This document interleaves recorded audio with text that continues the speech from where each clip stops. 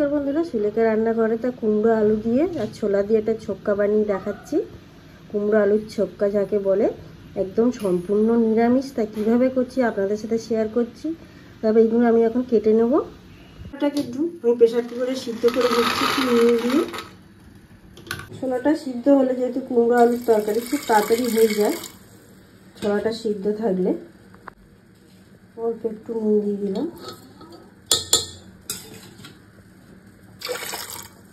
Pressure কুকারে city মারা হয়ে গেছে, বসিয়ে দিলাম।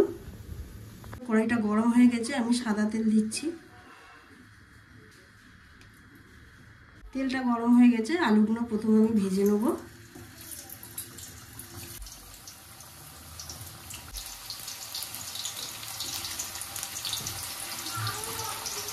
অল্প করে নুন দিয়ে দিচ্ছি, আলুগুলো নুনে ভালো সিদ্ধ হয়ে যায়।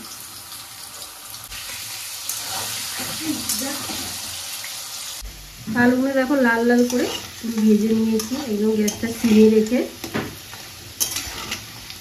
আলুগুলোকে আবার তুলে নিচ্ছি।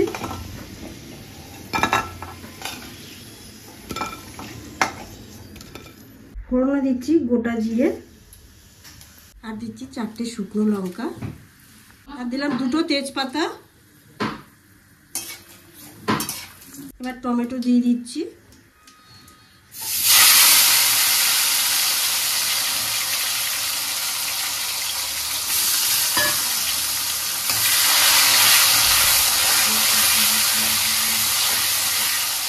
এবার দেখো প্রথম দিচ্ছি জিরের গুঁড়ো, 1 চামচ আদা, হলুদের গুঁড়ো। মশলাটা কষা হয়ে গেছে, এবারে দেবো ওই কাঁচা কুমড়োটা দিয়ে ভালো করে মশলাটা কুমড়োটার সাথে ভালো করে কষবো। ওর সাথে দিয়ে দেবো সিদ্ধ করা ছোলাটা।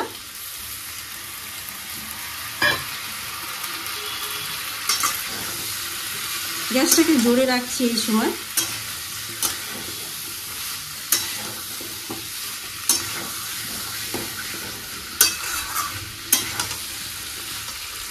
দিয়ে দেবো ভাজা আলুটা।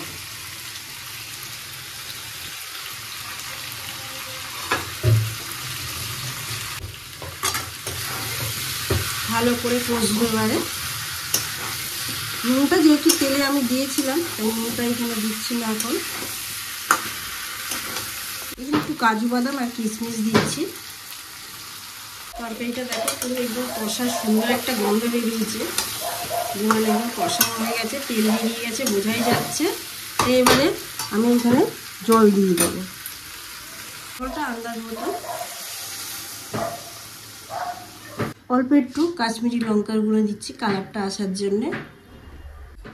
আর এই তরকারিটা এই যে ফোটার সময় আমি অল্প একটু আবার আদা দিয়ে এবার ঢাকনা দিয়ে রাখবো। এই তরকারিটার গন্ধটা খুব সুন্দর আসে এইভাবে আদাটা দিলে।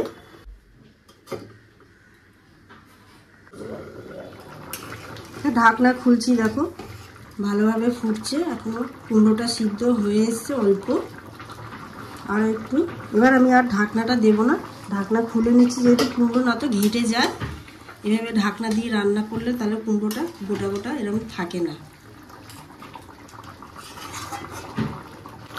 এরকম কুমড়ো নিরামিষ তরকারি করলে রুটি দিয়ে হোক ভাত দিয়ে হোক খুব সুন্দর খেতে লাগে। তাই এবার আমি একটু ওপর দিয়ে চিনি দেবো। এটা এই তরকারিটা মিষ্টি মিষ্টি হলে ভালো হয়, কুমড়োটা যেহেতু মিষ্টি।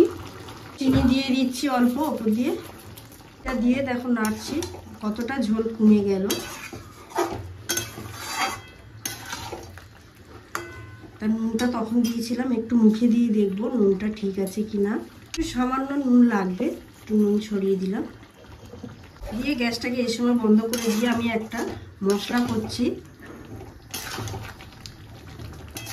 তো শুধু দেখো, শুধু এটা জিরে ভেজে ওপর দিয়ে ছড়িয়ে দেবো। আর নিরামিষ তরকারি এই জিরে ভাজাটা দিলে খুব সুন্দর গন্ধটা আসে।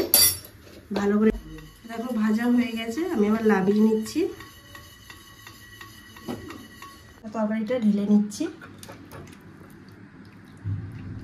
তো কুমড়ো আলুর ছক্কা ছোলা দিয়ে রেডি হয়ে গেছে। তাই এখানে দেখো এই মশলাটা জিরের গুঁড়োটা ছড়িয়ে দিলাম, দিয়ে পরিবেশন করব। লুচি পরোটা হোক যে কোনো ভাত দিয়ে খুব সুন্দর লাগে, বড় ছোট সবারই ভালো লাগবে। আর দেখে যদি ভালো লাগে অবশ্যই চ্যানেলটাকে সাবস্ক্রাইব করবে, লাইক করবে, কমেন্ট করতে ভুলবেন না।